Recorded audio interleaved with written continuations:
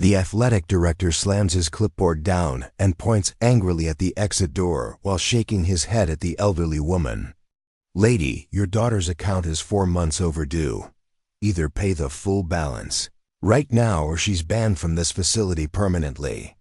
85-year-old Master Sergeant Linda, Iron Lady Thompson quietly adjusts her worn jacket as other parents whisper and stare, completely unaware that the frail grandmother before them once commanded the most elite female combat unit in Army history and personally trained 3 generations of Special Forces soldiers. This incredible story will restore your faith in standing up for our heroes.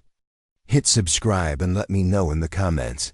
Have you ever witnessed someone disrespecting a veteran without knowing their story? What happens next will leave this entire sports complex absolutely stunned. Linda Thompson had been struggling to keep her granddaughter Emma in the elite performance gymnastics program since her son died in Afghanistan 2 years earlier. At 15, Emma was talented enough to earn a college scholarship, but Linda's military pension barely covered their needs after taking in the orphan teenager. The monthly fees at elite performance were crushing Linda's budget, and she had fallen behind despite working part-time jobs to supplement her pension. Athletic director Ryan Mitchell had decided to make an example out of them in front of the Saturday morning crowd. Emma had just finished her beam routine when Linda arrived to pick her up. The teenager was excited after landing a difficult dismount, but Ryan was waiting with obvious irritation. Mrs. Thompson, Ryan announced loudly enough for everyone to hear, "This has gone on long enough. Your account shows $860 in overdue fees. My patience has run out." Linda felt her cheeks burn as dozens of well-dressed parents turned to stare. "Sir," she said quietly, "I know I'm behind on payments. My granddaughter lost her father, and I'm doing everything I can. Could we work out an arrangement?" Ryan shook his head with exaggerated frustration. "This is a business, not a charity case. If you can't afford our services, find somewhere else for your granddaughter to play around." A wealthy mother named Victoria whispered loudly about people who couldn't manage their finances.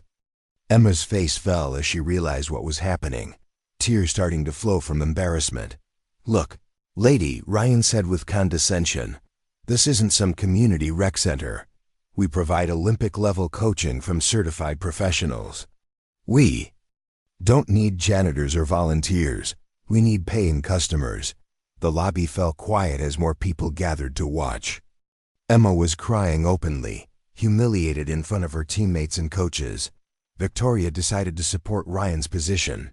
"You're absolutely right to maintain standards," she said loudly. "Those of us who pay on time shouldn't subsidize people who can't manage their responsibilities." A teenage boy named Connor made a cruel comment. "Mom, maybe they should try selling their food stamps to pay for gymnastics lessons instead of expecting handouts."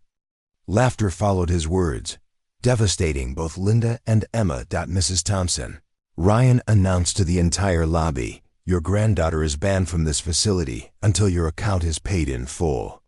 Let this be a lesson to everyone about our financial policies. Just pay the bill or leave," Ryan said coldly. "And don't waste my time with sob stories about dead fathers." Linda guided Emma toward the exit, feeling defeated and ashamed. Just as her hand reached the door handle, the main entrance burst open with tremendous force. 12 soldiers in army dress uniforms marched through the doors in perfect formation, their boots creating a rhythmic sound that commanded attention. The leader, a stern-faced colonel, scanned the lobby until he found Linda. "Master Sergeant Thompson," the colonel said, snapping to attention with the other soldiers and rendering perfect salutes visible to everyone present. Linda's eyes filled with tears of joy. The man before her was Colonel James Martinez, someone she had trained 15 years earlier. "Ladies and gentlemen," Colonel Martinez announced with authority, "you are in the presence of Master Sergeant Linda Thompson, one of the most decorated veterans in United States Army history." The lobby fell silent. Ryan's confident expression crumbled as he realized something significant was happening. Master Sergeant Thompson commanded the first all-female Special Forces training unit in Army history. The colonel continued. Over her 26-year career, she personally trained over 4,000 elite warriors, including every soldier standing behind me today. Ryan's face went pale. The man who had been humiliating Linda now faced 12 elite warriors, showing reverence for the woman he had just banned.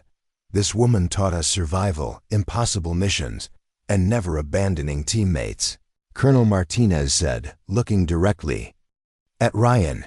She has more courage and honor than most people will ever understand.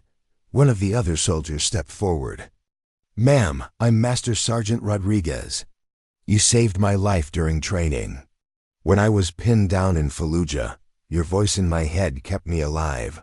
Colonel Martinez knelt to Emma's level. Young lady, your grandmother is one of the greatest leaders I've ever known. She made me the soldier and man I am today. The transformation was immediate. Ryan stammered apologies, but Colonel Martinez had business to conduct. Master Sergeant Thompson, we came because word reached us through veteran networks.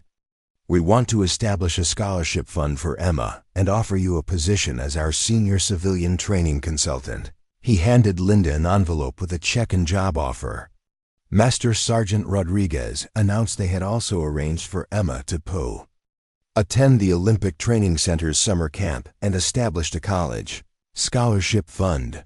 Parents who had been laughing now realized they had mocked a genuine hero. Victoria approached with tears and shame. Connor apologized for his cruel comment. Ryan desperately tried to make amends, offering Emma a full scholarship and wanting to rename the facility. But Linda responded with dignity. Mr. Mitchell, I appreciate your offer, but Emma and I have better opportunities now. I hope this teaches you to treat all customers with respect, regardless of their circumstances. The soldiers spent time sharing stories about Linda's impact on their lives and survival in combat.